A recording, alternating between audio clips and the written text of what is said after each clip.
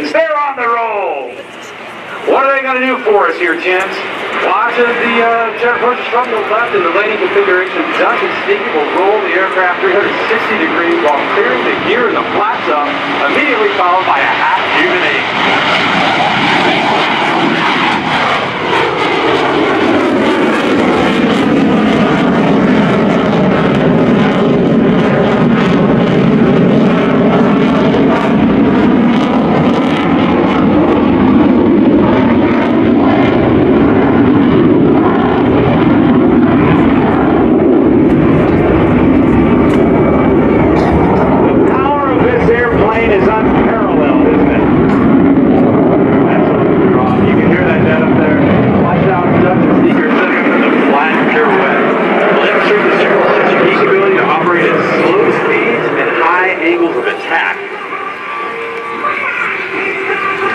As they approach the center, watch as they execute a max performance loop away from the crowd and even its slow.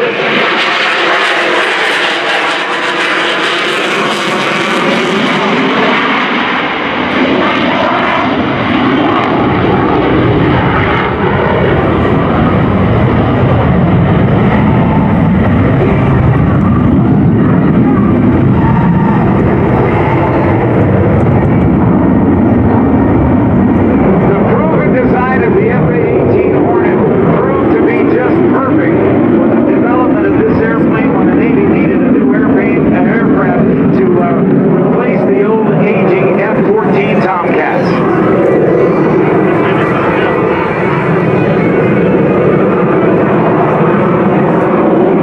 Dutch and Sneaky are now setting up for the minimum radius turn to tail stand. Dutch will select max afterburners at a 90-degree angle bank and hold 745 Gs for 360 degrees of turn. At the end of the minimum radius turn, watch Dutch sets a max performance fold into the vertical, followed by a negative 2G pushover to level flight. Ladies and gentlemen, from the left, the Super Hornet minimum radius turn. With a positive 7 to negative 2G range, that's a 9G range of forces being imposed on the body that would put most of us in a big nap.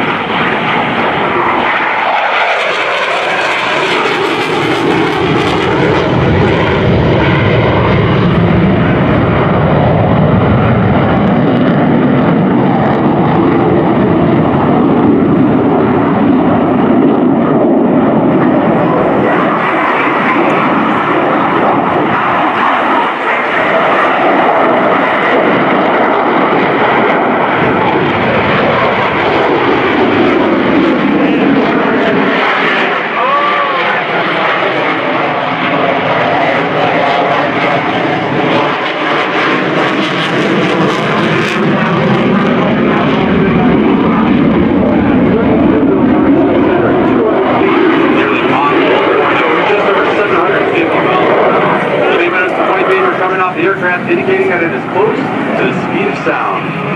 Dutch and Sneaky will be careful not to exceed the speed of sound because the sonic boom can shatter the windows of the surrounding area. The ability to ingress at low altitude and high speeds allows the Super Hornet to avoid detection and preserve the element of surprise. Now, as they swing around, I know they're pulling some G's and they don't want to talk right now, but I think Sneaky Pete will call out some speeds for us so we'll be able to hear just how fast they're going. Sneaky Pete, it's all yours. Hey, Rob, everything. 6.91. 93, 95.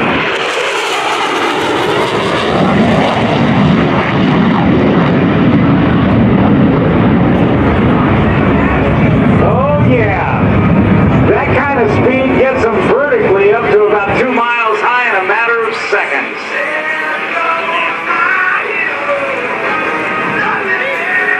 The next maneuver is the vertical pirouette. Approaching show center at 400 miles per hour, Dutch and Sneaky will pull the aircraft into the vertical, roll the canopy towards the crowd. At the top, the aircrew will push the nose below the horizon, then pull the nose back above the horizon before yawing the aircraft without ever taking its canopy off the crowd. This ability to rapidly swap nose and tail positions gives the Super Hornet a distinct advantage in the air-to-air arena of a dogfight.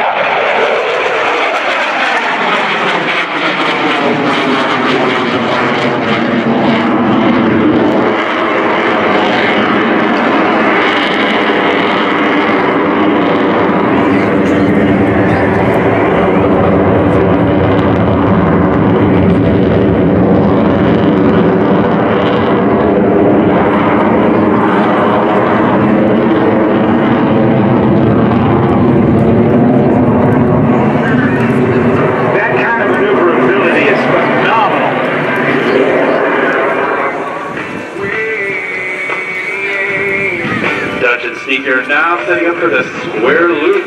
As the Super Hornet approaches show center, 350 miles per hour.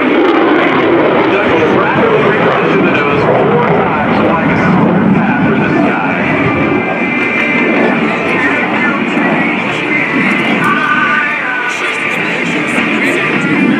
Now we have seen loops today. Gene Susi, other people performed roundhouse loops, but the idea of putting corners on it, that makes it a little more challenging, doesn't it, Jim? It absolutely does, Rob. Gentlemen, ladies, from the right, the Super Hornet square loop.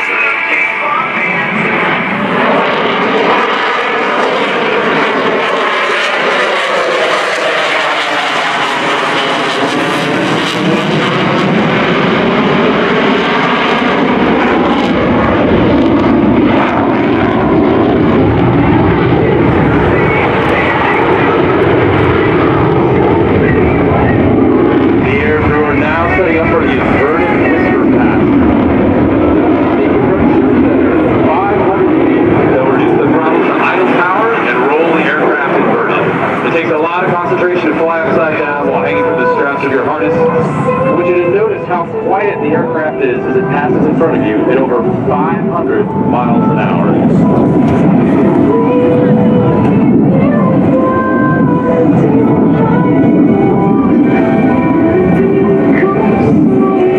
Ladies and gentlemen, from the right, the Super Hornet inverted whisper pass.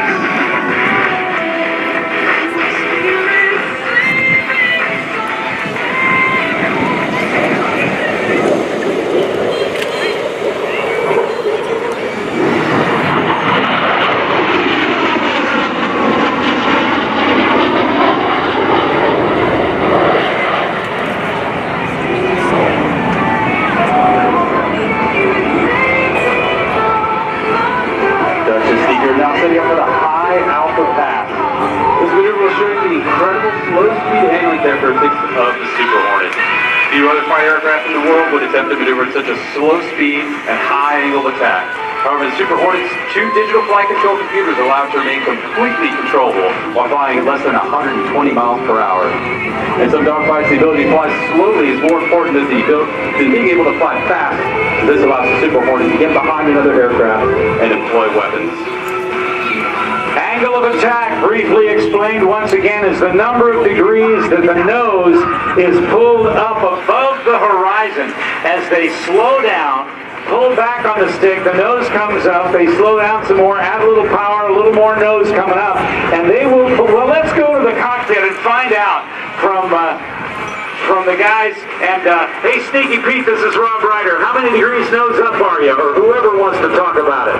Hey, Rob, there's 20 alpha.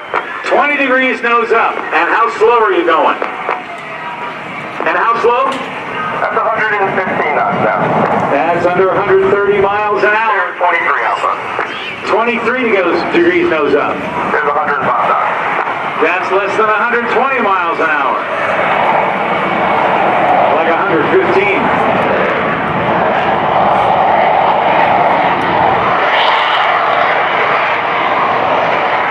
Looks like you got 25 now.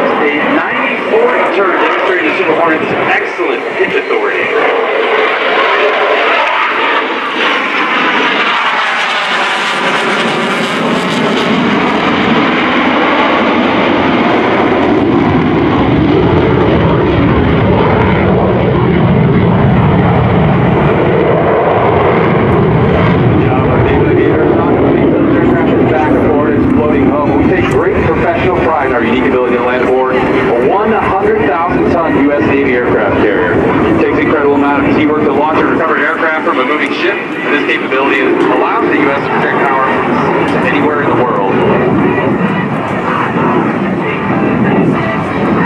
Ladies and gentlemen, from your left, the carrier brake. Now as they approach, this is the time when the carrier fleet is at its most vulnerable because they got to be facing into the wind. That means they got to move aircraft on and off as quickly as possible to minimize the exposure of the carrier fleet that can't go back and forth to avoid anything, right? That's exactly right, Rob. The quicker we get them down, the quicker we get them aboard. Let's see what Dutch is doing up there.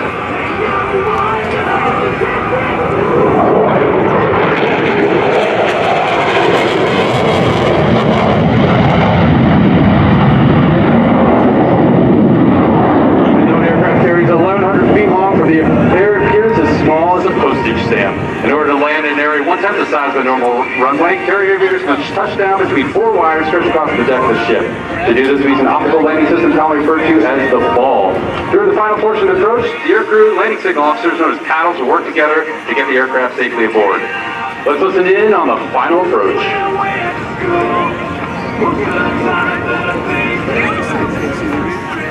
We'll hear what the landing signal officer says to the jet and how they respond as they approach the deck of the carrier.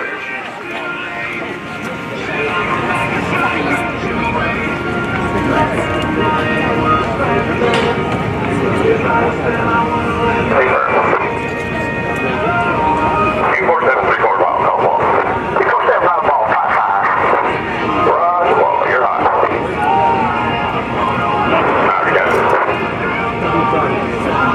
Power.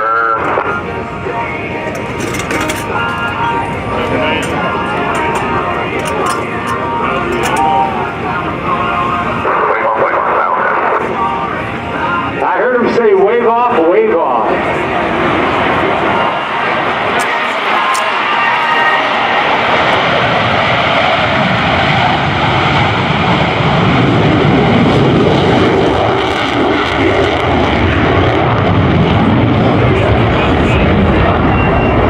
Kids, this is one of the things, no matter what happens, they shove the throttles forward, right? Oh yeah, they're putting those in the corner right there, Rob. It's time to get away from them. Ladies and gentlemen, the Super Hornet you see here today is one that actually used to train pilots in the Squadron 106 based out here at Naval Air Station Oceana. Dutch and Sneaky serve as instructors, teaching new aircrew how to fly a tactically employed Super Hornet. Currently, there are 28 operational Super Hornet squadrons in the Navy, serving around the world, including over in Iraq and Syria. Ladies and gentlemen, get your cameras ready. Purple and Hawkeye are now setting up for the photo pass.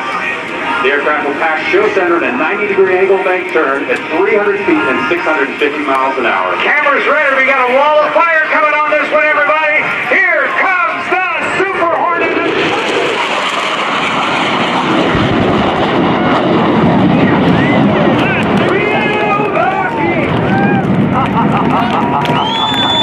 I hope you got your cameras on that, did you? I said, did you get your cameras on that?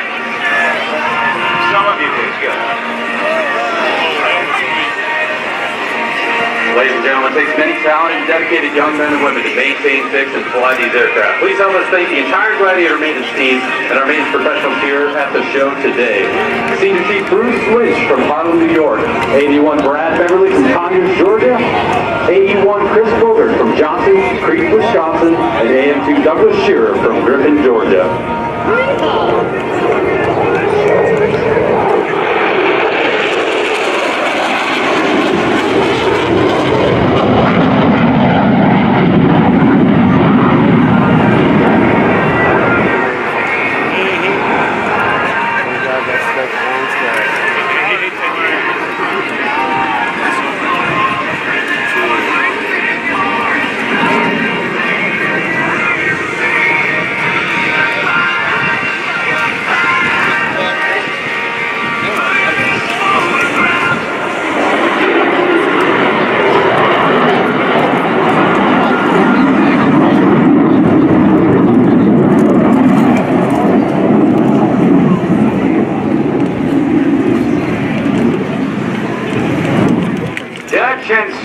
have done a terrific demo today, everybody. How did you like what they did for us?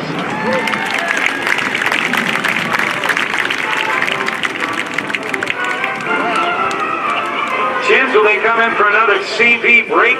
This is going to be the last one you'll see today, Rob.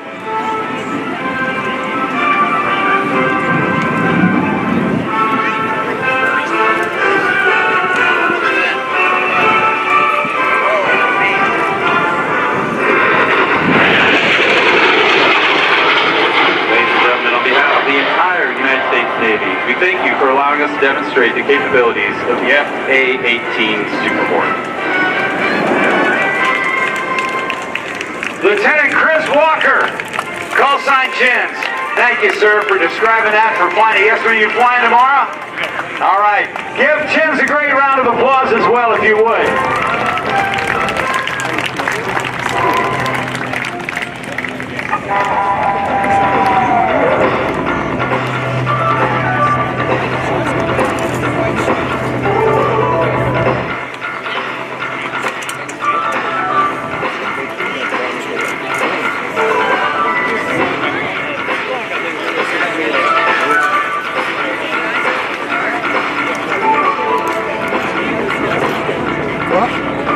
So much fun as we get ready to recover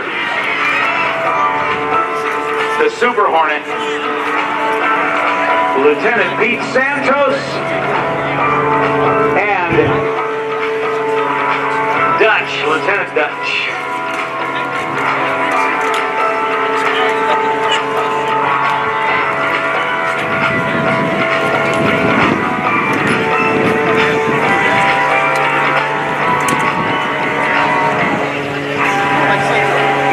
Ladies and gentlemen, I want you to get ready for some aerobatics that will rip you apart.